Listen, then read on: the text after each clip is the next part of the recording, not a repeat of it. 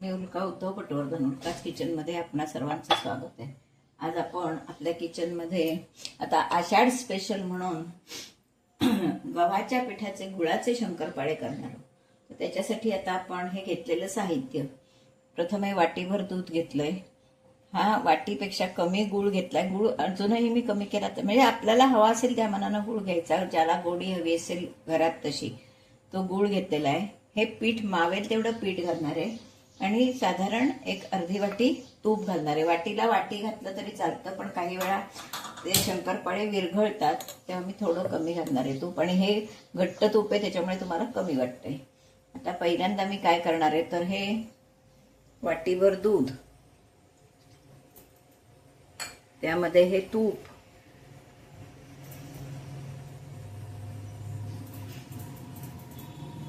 शक्यतो जेवढ्याच तेवढं घ्यायचं प्रमाण। घरात काही पथ्यपाणी असतील कमी जास्त आपण करू शकतो। आणि हा गूळ, गूळ आपला हा किसलेला आहे त्याच्यामुळे तो घट्ट झालाय, पण तो पटकन विरघळेल। हे आपल्याला फक्त विरघळवून घ्यायचंय, म्हणजे रटारटा शिजवायचं नाहीये, फक्त विरघळवून घ्यायचंय। हे बघा असं तर हे मी विरघळवून घेते।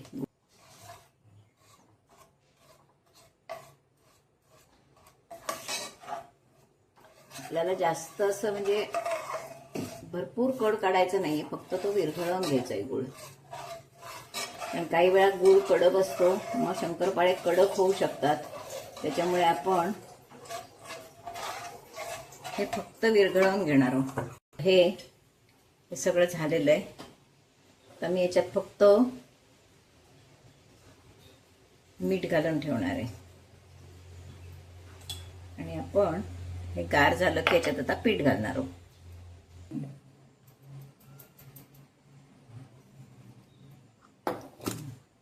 तर हे मी 2 वाट्या पीठ घेतलंय, ते मी मिसळून घेतेय।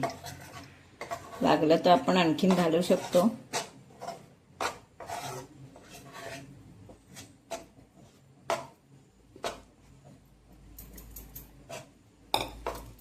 खूप सुंदर शंकरपाळे होतात हे, आणि हे मैद्याचे नाही आहेत, गव्हाच्या पिठाचे आहेत। वाटलं तर याच्यात आपण थोडा बारीक रवा घालू शकतो, हा आवश्यक असेल तर।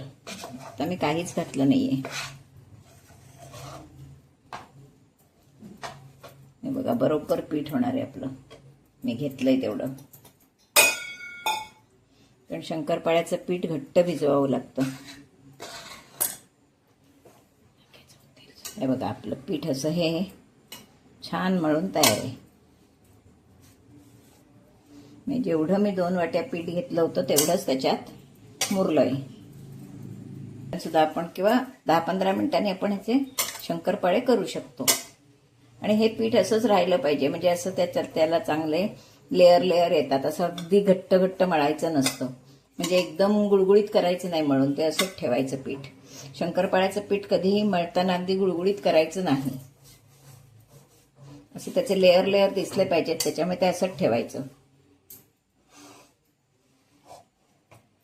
पीठ मळून झालेलं आहे। पीठ आता हे छान तयार झालंय। शंकरपाळ्याचं पीठ नेहमी घट्टच घ्यायचं असतं, आणि शंकरपाळे एकदम पातळ करायचे नसतात, असं म्हणजे खरबरीतच ते जरा दिसायला लागतात, चरचरीत, तरच त्यांना लेअर सुटतात। आता आपण ही पोळी लाटून घेऊया। लाटायला थोडं जड जातं, पण जरी जड गेलं तरी ते छान होतात। या आपण शंकरपाळ्यांवर थोडे वाटलं तर तिळही लावू शकतो, आवड असेल तर। विशेषतः आषाढात हे शंकरपाळे करतात, म्हणजे त्यामागे उद्देश असा असू शकेल की वारीला वगैरे लोक जातात, मग काहीतरी सुकं खाणं बरोबर देता येतं म्हणून सुद्धा करण्याची पद्धत असेल।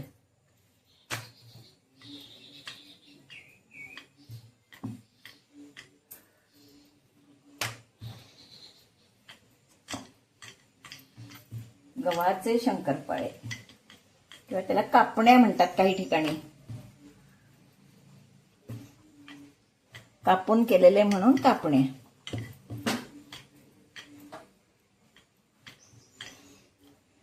पोळी लाटून तयार आहे। हे बघा, लाटायला ही काही फार कठीण गेली नाहीये, छान झाली आहे. आणि शंकरपाळे हे फार पातळ करायचे नसतात, थोडे जाडच ठेवायचे म्हणजे ते छान होतात, खुसखुशीत. आपण हे कापून घेणार आहोत. कापायचे आपल्या आवडीनुसार, हवे तसे आपण कापू शकतो.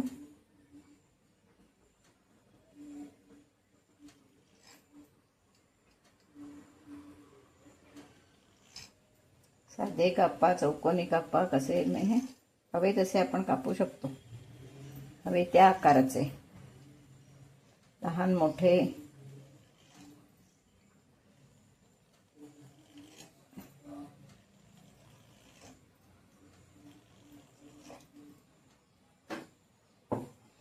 तर हे साधे कापते चौकोनी. किती सुंदर दिसत आहेत बघा.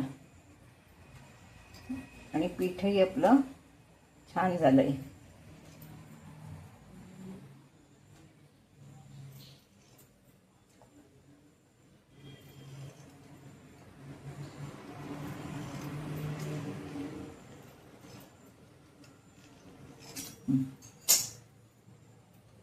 आपण पीठ तापलंय का बघूया. आपण असं पीठ टाकून बघायचं. ते वर आलं की आपलं तेल तापलेलं आहे असं समजायचं. अगदी उकळतं तेल घ्यायचं नाही, मीडियम साईज घ्यायचं, नाही तर ते शंकरपाळे पटकन करपतात. त्याच्यामुळे असं बेताचं ठेवायचं. एकदा तेल तापलं की गॅस बेताचा करायचा आणि असे हे बराबर टाकायचे.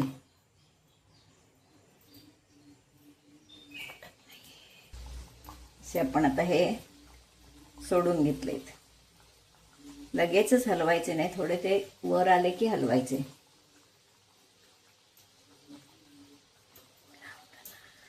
बघूया.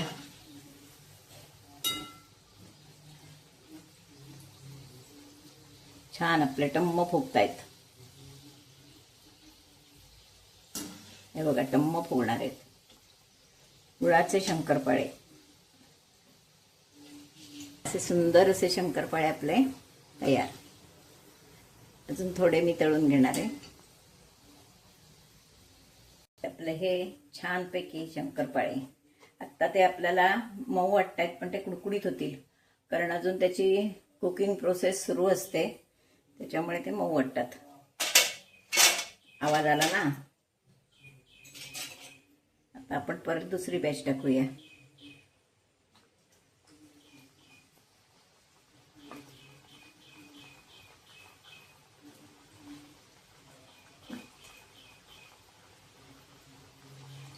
परत सोडलेत. हे बघा, असे लेअर सुटायला पाहिजेत छान असे. शंकरपाळ्याचं पीठ म्हणून अति मळायचं नसतं, खुशखुशीत असे पाहिजेत. आता आपण दुसरी पोळी लाटूया.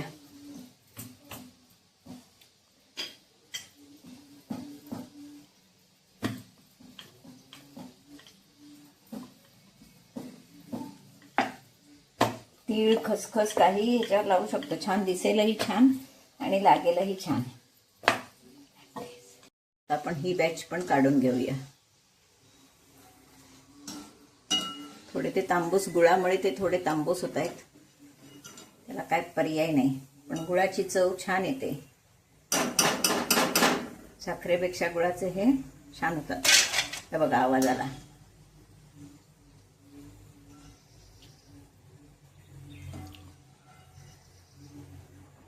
मुद्दाम हा घेतलाय झारा, म्हणजे तेल अजिबात राहत नाही. मी यातले तेल प्यालेलेच नाहीयेत. आपण ही पुरी थोडी अजून पातळ व्हायला हवी. तर हे थोडे आहेत ते मी करून घेते. तुम्हाला दाखवले कसे कापायचे, कसे तळायचे. तर आपण हे आहेत थोडे ते करून घेते. असे आपले हे छान खमंग खुसखुशीत दूध गुळाचे शंकरपाळे खाण्यासाठी तयार आहेत. हे बघा, ती लेअर त्याला सुटलेले आहेत सगळे. एकदम खुसखुशीत असे आपले शंकरपाळे तयार आहेत. आता हे शंकरपाळे मी कसे केले, पीठ कसं भिजवलं, काय काय घेतलं, हे माझा व्हिडिओ तुम्ही पहिल्यापासून शेवटपर्यंत बघा. हे बघा, इकडे तर कुरकुरीत आहे, तिकडे तर खुसखुशीत आहे, असं दोन्ही दोन्ही प्रकार आहेत. कुरकुरीत खुसखुशीत असे छान आणि खमंग, हे खराब होण्याचाही प्रश्न नाही. अगदी 4-8 दिवस प्रवासाला सुद्धा कुठेही आपण नेऊ शकतो असे हे माझे शंकरपाळे खाण्यासाठी तयार आहेत. तुम्ही नक्की व्हिडिओ बघा आणि माझा व्हिडिओ जर तुम्हाला आवडला तर लाईक करा, शेअर करा, सबस्क्राईब करा, बेल आयकॉन बटन टाकायला विसरू नका. धन्यवाद.